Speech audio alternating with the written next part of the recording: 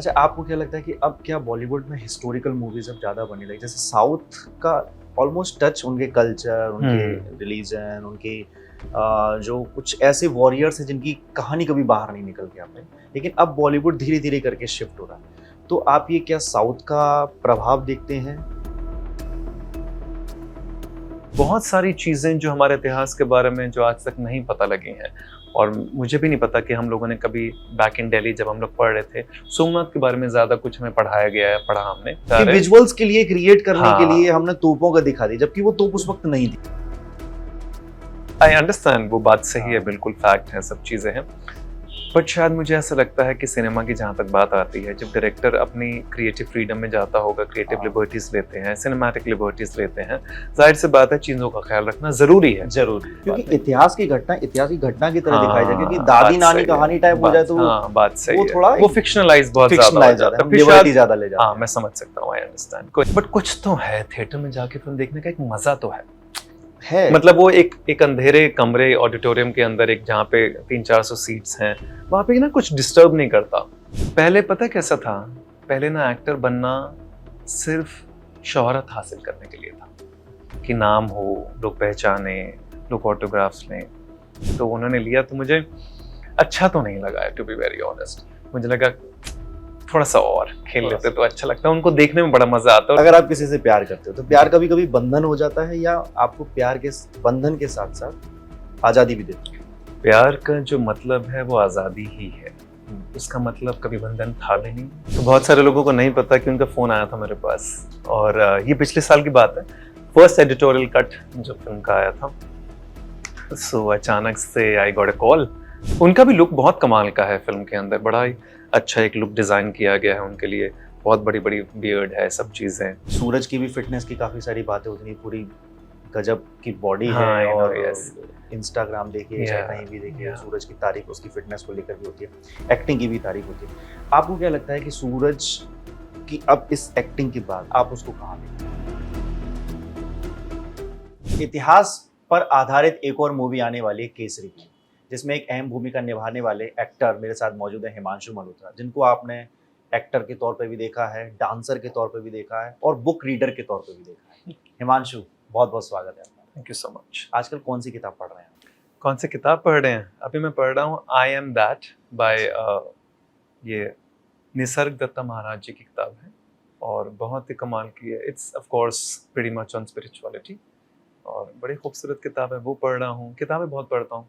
पीयूष मिश्रा जी की किताब है तुम्हारी औकात क्या है, पीयूष मिश्रा, वो किताब पढ़ी अभी कुछ टाइम पहले। और कृष्णमूर्ति जी की किताब है network of thought, that I just finished.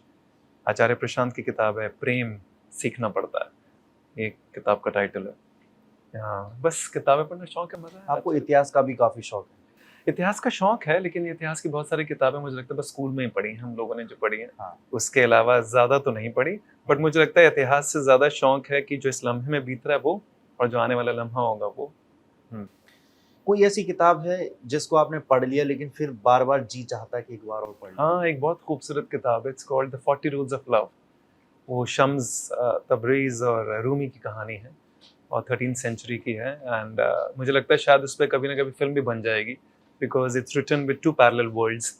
One world is Shams and Rumi, and one world is about this English woman and the things that she is going with her husband. उनकी कहानी इस दशक में, 21वीं century में और 13वीं century में क्या हुआ, वैसे कोलाइड करती है। अगर मैं करेक्ट हूँ, आपने इसके ऊपर एक वीडियो भी बनाया था? इसके ऊपर वीडियो बनाया था मैंने, 40 रूल्स ऑफ लव के ऊपर। How nice, I am glad that you remember it. One of the favourite books I think, yes. क्योंकि वो किताब मैंने कई लोगों की गुड लिस्ट में देखी है। 40 रूल्स ऑफ लव, हाँ, अच्छी किताब है वो किताब। मुझे लगता है बड़ा एक प्रेम को भी समझाती है, आज़ादी को भी समझाती है, महसूस करवाती है बहुत सारी चीज़ें गहराई में। उसमें 40 चीज़ें हैं जो शम्स तबरीज़ ने बताई हैं, शम्स ने, और वो बड़ी खूबसूरत हैं। शायद वो अगर जहन में आ जाए तो चीज़ें आगे बढ़ जाए। मैं आपकी फिल्म की तरफ तो बढ़ूंगा, लेकिन थोड़ा प्यार और आज़ादी के बारे में, मेरे दिमाग में एक सवाल आ गया। ज़रूर। आप किसी से प्यार करते हो? फिल्म की तरफ बढ़ जाना बस। हाँ।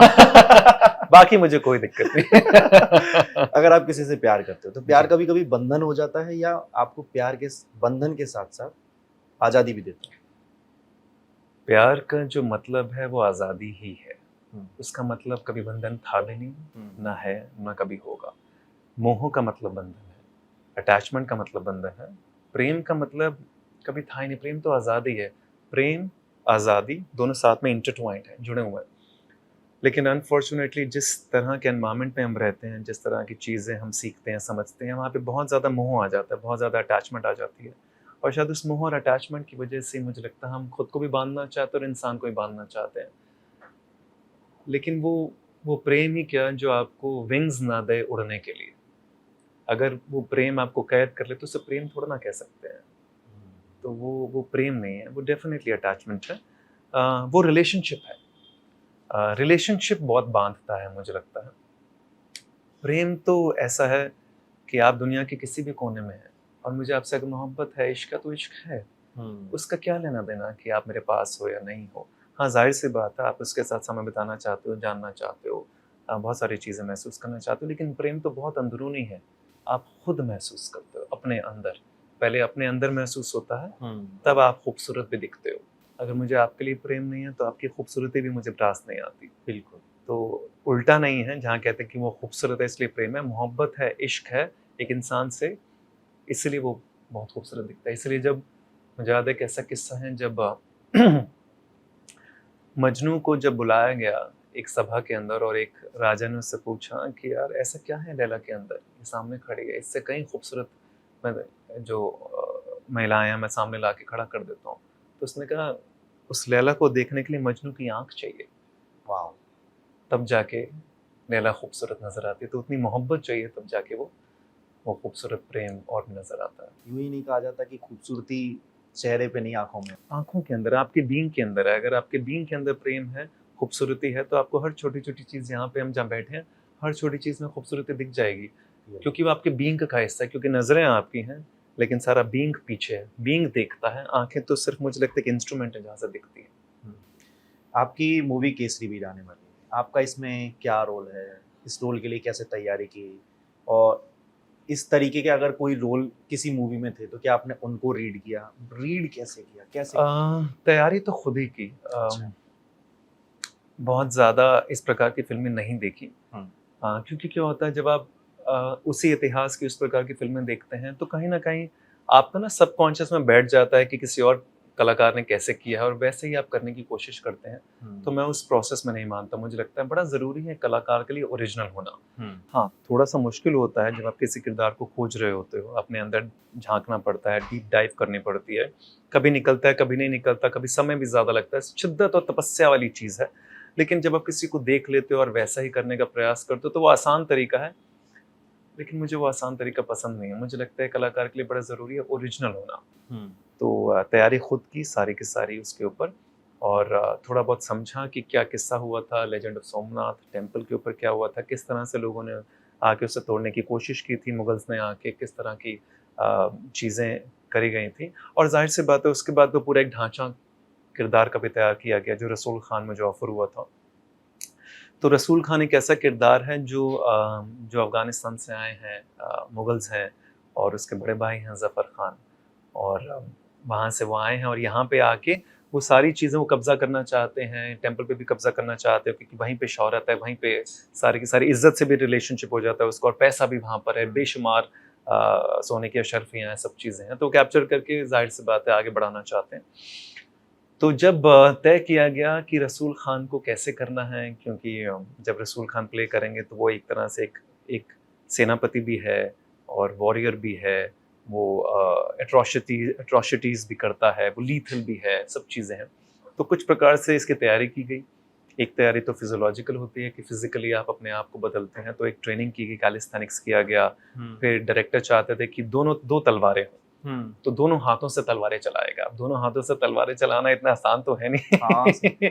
तो उसकी तैयारी की गई, उसके लिए सीखा गया। पहली वाली अपने ही हाथ में अपने हाथ पे लगती ही है, लगती ही है। वो जब आप ऐसे, उसके लिए रिस्ट का मूवमेंट प्रॉपर चाहिए, फ्लो चाहिए प्रॉपर रिस्ट का, ऊपर से निकलती है, नीचे से निकलती है, कहीं वो कभी यहाँ अटक जाती है, कभी ये अटक जाता है हाथ, कभी ये मूव नहीं करती तो वो मूव करता है। चोट लगी थोड़ी बहुत, बट आई थिंक वो ट्रेनिंग के टाइम पे लगी। जब हम सीक्वेंस कर रहे थे तब नहीं लगी फॉर्चुनेटली।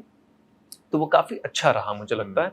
वो तैयारी तो मुश्किल थी, तो उसके लिए शाओलिन कुंफू के मेरे एक टीचर हैं, उनके साथ मैंने वो स्टिक फाइटिंग और स्वॉर्ड फाइटिंग सीखी, जो हेल्प की ऑफ कोर्स जब हम एक्शन सीक्वेंस करते हैं हमीर जी गोयल यानी सूरज के साथ प्री क्लाइमेक्स के अंदर, तब वो सारी की सारी चीज़ें काम आती हैं। ऑफ कोर्स फिर बियर्ड बढ़ाना, वो सारी चीज़ें करना, और एक ट्रेनिंग की गई calisthenics which I already was doing before, कि शोल्डर्स ब्रॉड होने चाहिए, पोस्चर्स इरेक्ट होने चाहिए, क्योंकि वॉरियर प्ले कर रहे हो तो बिल्कुल बॉडी उस तरह से नहीं हो सकती, योगा वाली बॉडी नहीं हो सकती, ये ट्रेनिंग वाली बॉडी होगी क्योंकि वॉरियर की बॉडी है।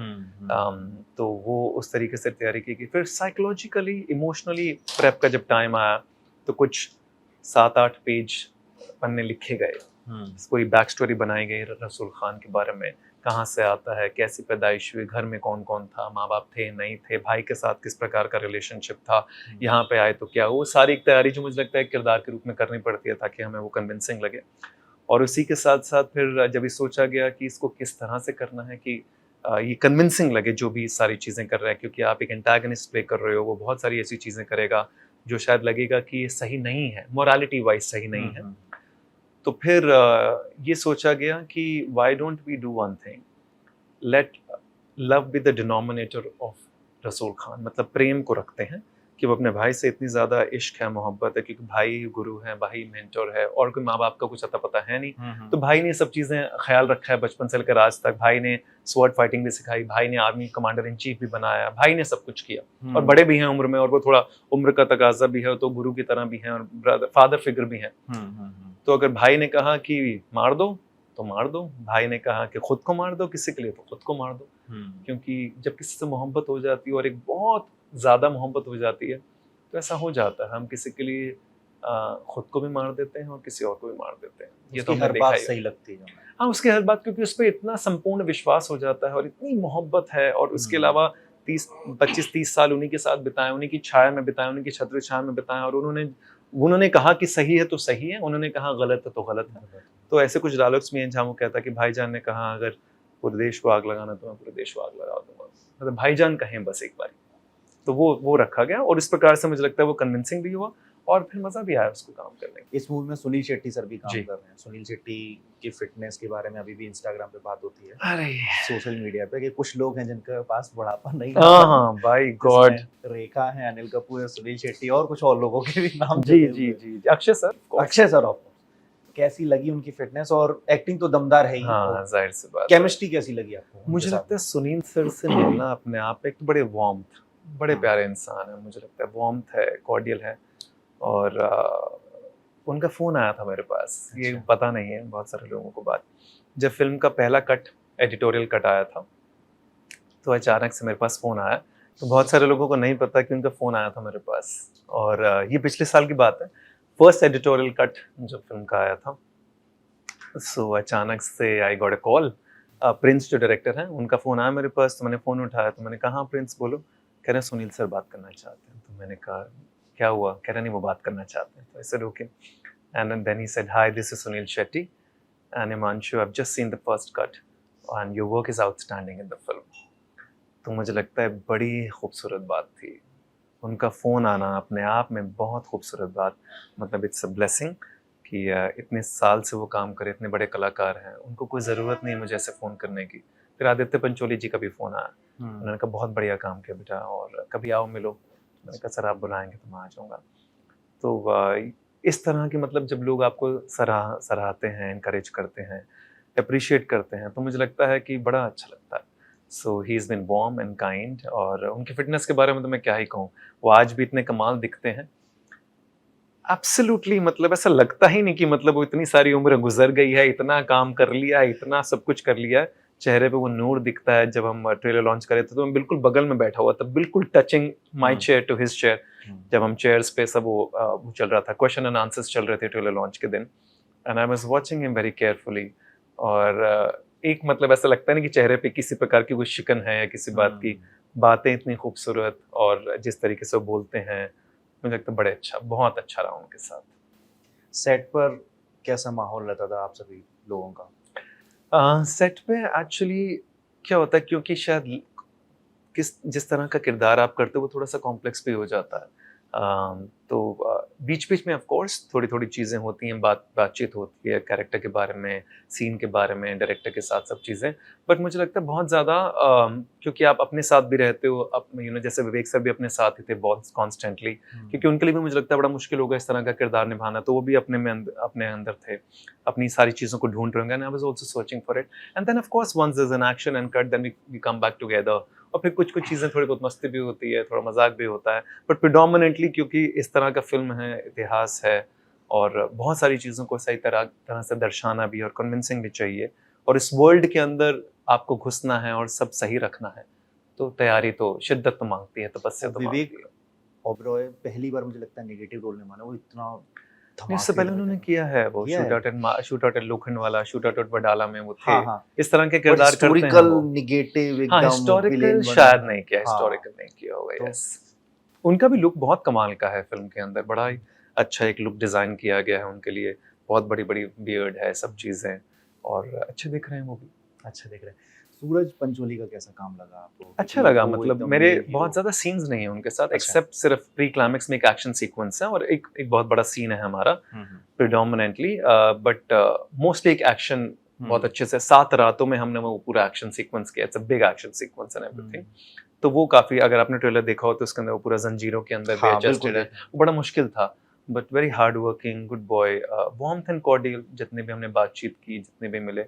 In fact I remember when trailer teaser had come, so I had messaged him. I said, "You're looking fantastic," and he also messaged that, "Himanshu bhai, you're looking fantastic too. मैंने film देखी है, and it's really nice, and you're doing a fantastic job." तो मुझे लगता है कि mutually एक वो होता है ना कि जब आप सामने वाले को काम को देखते हो, आप सराहते हो या आपका काम सराहा जाता है, तो एक अच्छा वार्मथ, एक बॉन्ड बन जाता है उस प्रकार से। सूरज की भी फिटनेस की काफ़ी सारी बातें होती हैं, पूरी गजब की बॉडी है हाँ, यू नो, और यस, इंस्टाग्राम देखिए चाहे या, कहीं भी देखिए या। सूरज की तारीफ उसकी फिटनेस को लेकर भी होती है, एक्टिंग की भी तारीफ होती है।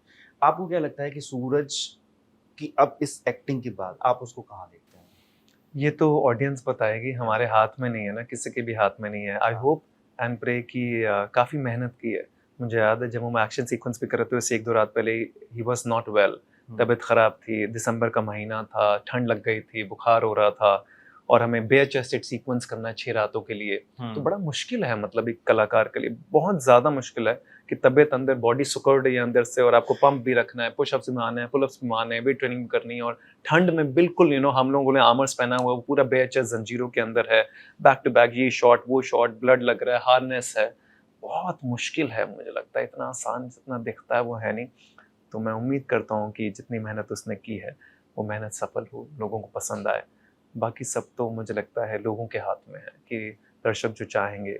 अपनी मेहनत तो मुझे लगता है हम सब ने कर दी है, कर दी। बाकी it's up to the audience है। अच्छा, आपको क्या लगता है कि अब क्या बॉलीवुड में हिस्टोरिकल मूवीज़ अब ज़्यादा बनने लगी? जैसे साउथ का ऑलमोस्ट टच उनके कल्चर, उनके हुँ। रिलीजन, उनके जो कुछ ऐसे वॉरियर्स हैं जिनकी कहानी कभी बाहर नहीं निकल के आ पाई। लेकिन अब बॉलीवुड धीरे-धीरे करके शिफ्ट हो रहा है। तो आप ये क्या साउथ का प्रभाव देखते हैं या फिर अब ऐसी डिमांड है, जनता भी चाहती है कि ऐसी कुछ हाँ, स्टोरीज़ मुझे निकल लगता कर है सामने साउथ आएँ? का प्रभाव से कम, क्योंकि संजय सर तो बनाते ही थे ना, संजय लीला भंसाली जी ने तो बनाई, हुँ। बाजीराव भी बनाई है, बिल्कुल। पद्मावत भी बनाई है, वो देवदास भी बना चुके हैं, और मुझे लगता है बड़ा कमाल बनाते हैं। Then of course Chhaava also came. Hmm. मुझे लगता है कि थिएटर एक ऐसा मीडियम अब हो गया है पैंडेमिक के बाद, जहाँ पे लार्जर देन लाइफ कुछ देखना चाहते हैं, वो स्केल हुँ। इतना बड़ा हो गया अपने आप में। तो ज़ाहिर सी बात है, हिस्टोरिकल में क्या होता है ना, जब आप हिस्टोरिकल फ़िल्म बनाते हैं, तो अपने आप स्केल बड़ा हो जाता है। आप 13-14 सेंचुरी में जाते हैं, जहाँ पे घोड़े भी दिखेंगे, आपको तलवारें भी दिखेंगी, वॉर भी दिखेगा, सीक्वेंस भी दिखेगा। तो अपने आप जब आप 70 एमएम पे देखते हो, आपको लार्जर देन लाइफ दिखता है। तो हुँ। जब भी हम लार्जर देन लाइफ कुछ बनाना चाहते हैं, जिसमें इतिहास की कोई कहानी, और कहानी के अंदर ज़ाहिर सी बात है इमोशनल क्वोशिएंट होना चाहिए। जैसे यहाँ पे लेजेंड ऑफ सोमनाथ है, हमीर जी गोहिल हैं, किस तरह से उन्होंने बचाया, किस तरह से उन्होंने अपना त्याग दिया, किस तरह से लोगों को यहाँ से खदेड़ कर बाहर निकाला गया। तो हुँ। बहुत सारी चीज़ें जो हमारे इतिहास के बारे में जो आज तक नहीं पता लगी हैं, और मुझे भी नहीं पता कि हम लोगों ने कभी बैक इन दिल्ली जब हम लोग पढ़ रहे थे, सोमनाथ के बारे में ज़्यादा कुछ हमें पढ़ाया गया है, पढ़ा हमने। हुँ। बट इसी प्रकार से मुझे लगता है सिनेमा का अपने आप में एक मीडियम भी यही कहता है हुँ। कि जो कहानियाँ अंदर कहीं दबी हुई हैं, कहीं छुपी हुई हैं, उन कहानियों को बाहर निकाला जाए, लोगों के सामने प्रस्तुत किया जाए, ताकि आजकल की जनरेशन भी उसे देखे, उससे कुछ सीखे कि हमारा इतिहास है। अ, हर बारी हम सिर्फ अंग्रेज़ों का इतिहास या ग्रीक फ़िलॉसफ़ी या ये सारी चीज़ें क्यों पढ़ें? हमारा अपना इतिहास है, और अगर वो सामने आता है उससे कुछ सबक मिलते हैं जीवन के बारे में, लाइफ के बारे में, कुछ चीज़ें हमारे शूरवीरों के बारे में पता लगती हैं कि किस प्रकार से उन्होंने बलिदान दिया अपना। वो अच्छी बात है, मुझे लगता है it's the culture that's just moving forward. मुझे लगता है इस मूवी के आने के बाद हमीर जी गोयल की भी कथा है हाँ, सबके जरूर। सामने, क्योंकि ये मुझे लगता है कहानी बहुत ज्यादा जिन्होंने हिस्ट्री को पढ़ते ज्यादा होंगे या हिस्टोरियन होंगे उन तक रही होगी, या गुजरात के कुछ लोगों सही बात है, गुजरात में काफी गुजरात में पॉपुलर है। काफी popular दिल्ली में जब हम लोग थे हाँ, पहले, अगर north हमारे की तरफ हाँ, बात करें इस तरफ सामने, कोई शायद बात, कोई नहीं जानता होगा, बात नहीं गिने चुने कुछ लोगों ने जिन्होंने इतिहास हाँ। पढ़ा होगा, हमने नहीं पढ़ा टू बी ऑनेस्ट। हाँ। मुझे भी नहीं पता था, मुझे तो ऑब्वियसली मुंबई में आके पता लगा, same, but back in Delhi I didn't know anything about it. क्योंकि हमने गुजरात के सोमनाथ मंदिर पर अटैक की और भी कहानी सुनी थी, 13 उसके से बाद में 14 बार बनवाया गया। अटैक हुआ है। हाँ, हम्म, अच्छा, इस पूरे ट्रेलर में मैंने एक चीज पर गौर किया और एक कमेंट भी मैंने पढ़ा, उसमें तोप दिखाई गई है आपके पूरे ट्रेलर में। ओके। तोपों का इस्तेमाल हुआ और बाद में सबसे ज्यादा फेमस हुई है मुगल्स के काल में, जब Okay. बाबर ने इब्राहिम लोदी के खिलाफ अटैक किया था। हम्म, तो तोप दिखा देना, तो मेरे मन में ये सवाल आ रहा है, और एक हिस्ट्री के स्टूडेंट के हिसाब से सवाल आ रहा I know, I understand that कि ठीक है, आपने एक मूवी बनाई, आई नो, यस। मैं आपसे सवाल नहीं, आपके डायरेक्टर से सवाल है हाँ, एक्चुअली ये सीधे-सीधे। सवाल उन्हीं से बेहतर है। हाँ, और इस- नहीं, मैं समझ सकता हूँ आप क्या कहना चाह कि रहे हैं। विजुअल्स के लिए क्रिएट करने हाँ। के लिए हमने तोपों का दिखा दी, जबकि वो तोप उस वक्त नहीं थी। अब नहीं, मान लीजिए आज से 100 साल पहले हम कह दिया जाए कि वो राफेल विमान था, या 200 साल पहले, तो नहीं था, वो हमें पता है। सही तो बात ठीक उस है। तरीके से तो हाँ, ये मुझे लगता है कि इस बात पे तो टू बी ऑनेस्ट मैंने भी गौर नहीं किया। हाँ। ये आपने बताया तो मेरे पर, और मुझे भी नहीं पता था, लोगों ने कमेंट्स किया हुआ, मैंने ध्यान भी नहीं दिया, मुझे हाँ। पता भी नहीं चला। जाहिर सी बात है, ये क्रिएटर्स, राइटर, डायरेक्टर, हाँ। ये उनका कॉल होता है। हम एज आर्टिस्ट हमें नहीं इन्वॉल्व किया जाता कि वो तो होगी कि नहीं होगी या कैसा होगा। बट या जाहिर सी बात है कि थोड़ा सा शायद, क्योंकि जब हम एक फिल्म बनाते हैं, फिल्म को थोड़ा सा फिक्शनलाइज मीडियम भी ऐड करना पड़ता है। उसके अंदर ऑफ कोर्स कहानी है, कहानी एक कहानी के ऊपर आधारित है, उस कहानी को हम दिखाना चाहते हैं, क्योंकि शायद वो पर्दे पर दिखाते हैं, उसके अंदर कुछ चीजें डाली जाती हैं उसको थोड़ा लार्जर देन लाइफ बनाने के लिए, लोगों को अट्रैक्ट करने के लिए, कि लोग आए, देखें, एंटरटेन भी हो उससे, उसके अंदर एंगेज भी हों, और साथ में उस कहानी जो हम कहना चाहते हैं वो कहानी को कहा भी जाए। शायद उसका एक उस पूरे माहौल को ध्यान में रखते हुए इस वजह से किया बस वो होगा। थोड़ा सा फैक्ट से अगर कहीं खिलवाड़ होती ना, हाँ, तो I एक understand. हिस्ट्री के I स्टूडेंट होने के understand that. नाते ये मैं सवाल प्रिंस को उठ जाता है। बोलूंगा, मुझे भी नहीं पता था, अब यहाँ से जाऊंगा तो बात करूंगा, मुझे भी। मुझे किस्सा याद आता शोले का। शोले जिस जगह पे बनी या जो गांव दिखाया गया, उसमें लाइट नहीं थी, अच्छा, लेकिन उस वहाँ समय पानी light की नहीं- टंकी थी। अच्छा, हाँ, पानी की अब टंकी सोच तो के थी। देखिए, पानी की टंकी में बिना मोटर के पानी कैसे कैसे पहुंचता निकलेगा? होगा? ओह, क्या बात है, ये कमाल है यार, लोग, मुझे नहीं पता था, लोग कहाँ से, बात तो सही है एक्चुअली, बिना मोटर के पानी आएगा कैसे? आएगा कैसे? तो कुछ ऐसे फैक्ट हैं जो ऐसे निकल कर आ जाते हैं। Yeah interesting point, interesting point. But fun, yeah. But Akanksha, also I also feel, I understand, वो बात सही है, हाँ। बिल्कुल फैक्ट है, सब चीजें हैं।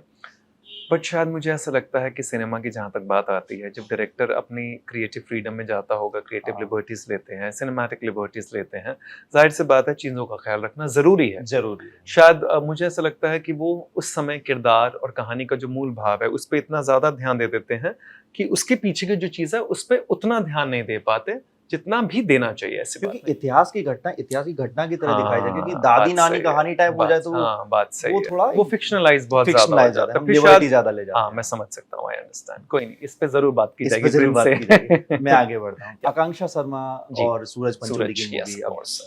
एक केमिस्ट्री देखने वाली Yes, है। of course. आप किस तरीके से देख रहे हैं इस केमिस्ट्री को? अच्छा, काफी सारे they scenes both देखे are looking मैंने। very very good. I saw the trailer also. मैंने फिल्म नहीं देखी है अभी तक। तीरंदाजी भी की। हाँ, तीरंदाजी आकांक्षा भी ने। की है, और मुझे याद है Prince, because he is been a friend also, मुझे बोलता था कि मैंने बहुत अच्छे शॉट्स डिजाइन किए हैं। ट्रेलर में ही बहुत अच्छे शॉट्स हैं, उनका मिलना है, जो हाथ का छूटना है, और आकांक्षा को जो जंप करना है वाटरफॉल के अंदर, तीरंदाजी, महादेव की मूर्ति है।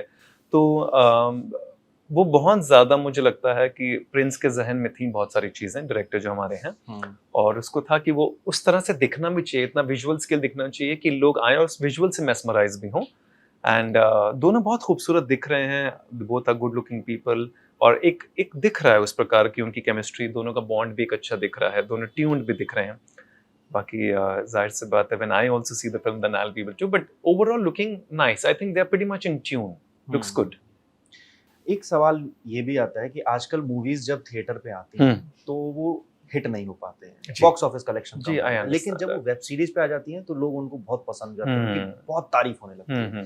तो आपको क्या लगता है कि क्या अब डायरेक्टर्स अपनी प्रमोशन अच्छे से नहीं कर पा रहे हैं, या लोग अब आलसी हो गए हैं घर से निकलने के लिए, अब सोचते हैं कि फोन पे ही सब कुछ मिल जाए? हाँ, मुझे ऐसा लगता है कि आलसी हो गए हैं। अगर ये दो ऑप्शंस हैं तो हाँ।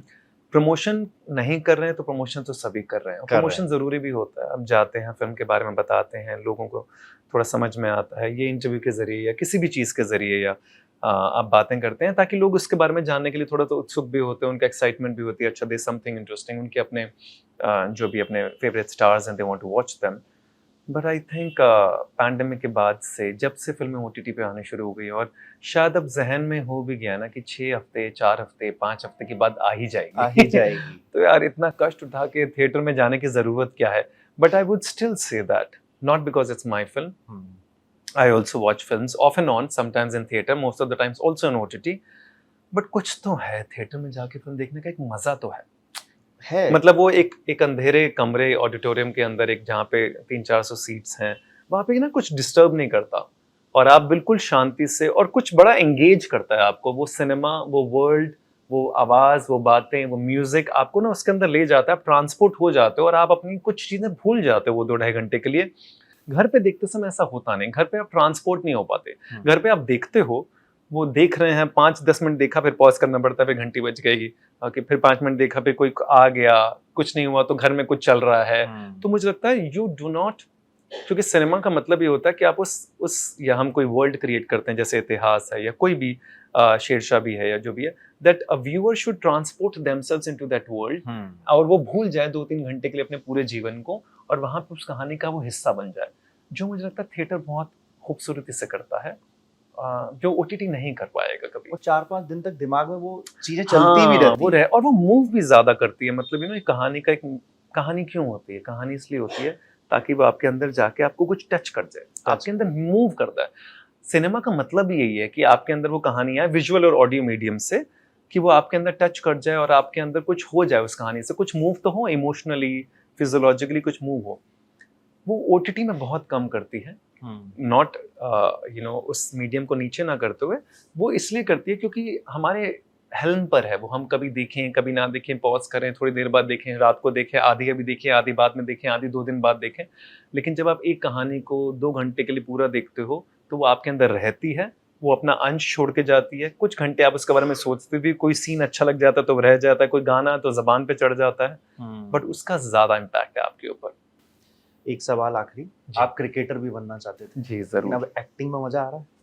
एक्टिंग में बहुत मजा आ रहा है। मुझे लगता है कि जीवन में शायद पिछले कुछ सालों में पहली बार मुझे ऐसा लगा कि एक्टिंग में बहुत मजा आ रहा है। वो इसलिए कि पहले पता कैसा था, पहले ना एक्टर बनना सिर्फ शोहरत हासिल करने के लिए था, कि नाम हो, लोग पहचाने, लोग ऑटोग्राफ्स लें, तो बहुत एस्पिरेशनल ड्रिवन था कि कुछ बनना है, प्रूव करना है खुद को भी, घर वालों को भी, आसपास के लोगों को भी, और बस वो शोहरत नाम हो, और ताकि हम अपने आप को घर में सब जगह, वो होता है ना जवाबदारी होती है, आप दिल्ली से आए हैं बॉम्बे एक शहर में, जो हर इंसान को होती है, और ये कई साल रहा जवाबदारी अपने साथ शोहरत के लिए, कि नाम होना चाहिए, शो हिट होना चाहिए, ये होना चाहिए, वो होना चाहिए, जो भी रहा काफ़ी समय तक रहता है।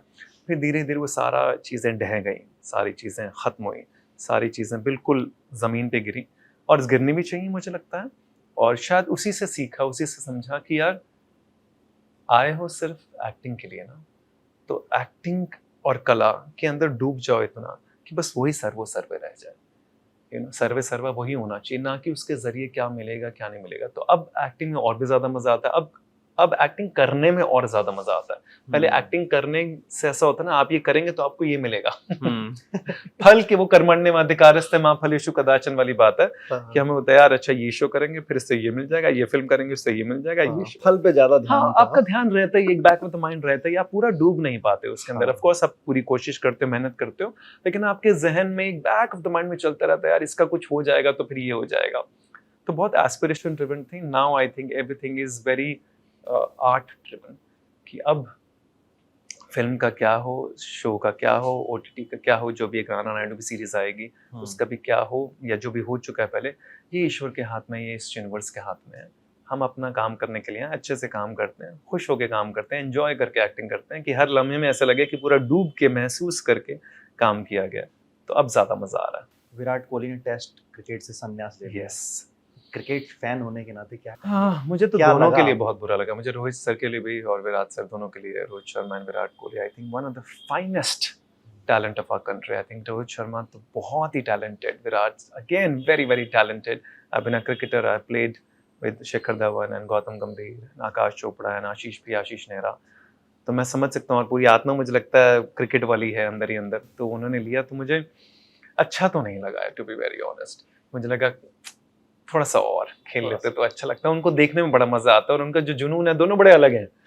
कि रोहित शर्मा बिल्कुल शांत रहते हैं, और बिल्कुल, और विराट कॉन्स्टेंटली एग्रेशन रहता है उनका। और दोनों को फील्ड पे देखना, दोनों की tuning, I will miss both of them, and test cricket will miss both of them, legends of Indian cricket. Thank you इतनी सारी बातें करने के लिए। लास्ट में जाकर के एक पता कर लिया मैंने कि क्रिकेट का फैन आपके अंदर कितना है अभी भी। यार वो ऐसी, वो मैं कहता रहा हूँ, आत्मा तो स्पोर्ट्समैन की है। वो वो इसलिए क्योंकि बचपन के 10-12 साल उसके अंदर बिताए गए हैं, 10-12 साल प्रोफेशनल क्रिकेट में, और पूरा घुस के दिन रात की तपस्या में क्रिकेट खेला गया है। और जब सोना क्रिकेट क्लब से खेलते थे हम लोग, तो ट्रैवल भी करते थे, टूर्स भी होते थे, गाइडेंस भी होती थी, सब चीज़ें होती थी, सुबह रात दिन शाम, बस वही होता था। तो और शायद उसकी बड़ी खूबसूरत बात रही, स्पोर्ट्समैन की ना बड़ी खूबसूरत क्वालिटी होती है, वो ना कभी हार नहीं मानता। हमें सिखाया गया था, it's not over till it's actually over. आखिरी बॉल तक कुछ भी हो सकता है। तो शायद वो बड़ा हमेशा से रहा, और जब एक्टर बना तो मुझे लगता है उसने बड़ा हेल्प किया। कोई नहीं, फिल्म फ्लॉप हो गई, कोई नहीं शो फ्लॉप हो गया, कोई नहीं सीरीज फ्लॉप हो गई, कोई नहीं टीवी शो नहीं चला, कोई नहीं रियलिटी शो नहीं चला, जो भी व्हाटएवर XYZ, जो भी जिंदगी की परेशानियां, दिक्कतें, मुश्किलें आई, बट यार लेट्स कीप मूविंग फॉरवर्ड, करते ये चले। आखिरी गेंद भी पूरा मामला पलट सकती है। कुछ भी आखिरी बॉल पे सब हो सकता है। तो एटलीस्ट सर नीचे रखो, be in the present moment and focus and move forward. Thank you Malhotra ji, इतना टाइम देने के लिए। Thank you so much. Thank thank you, बहुत बहुत शुक्रिया। God bless you. Thank you.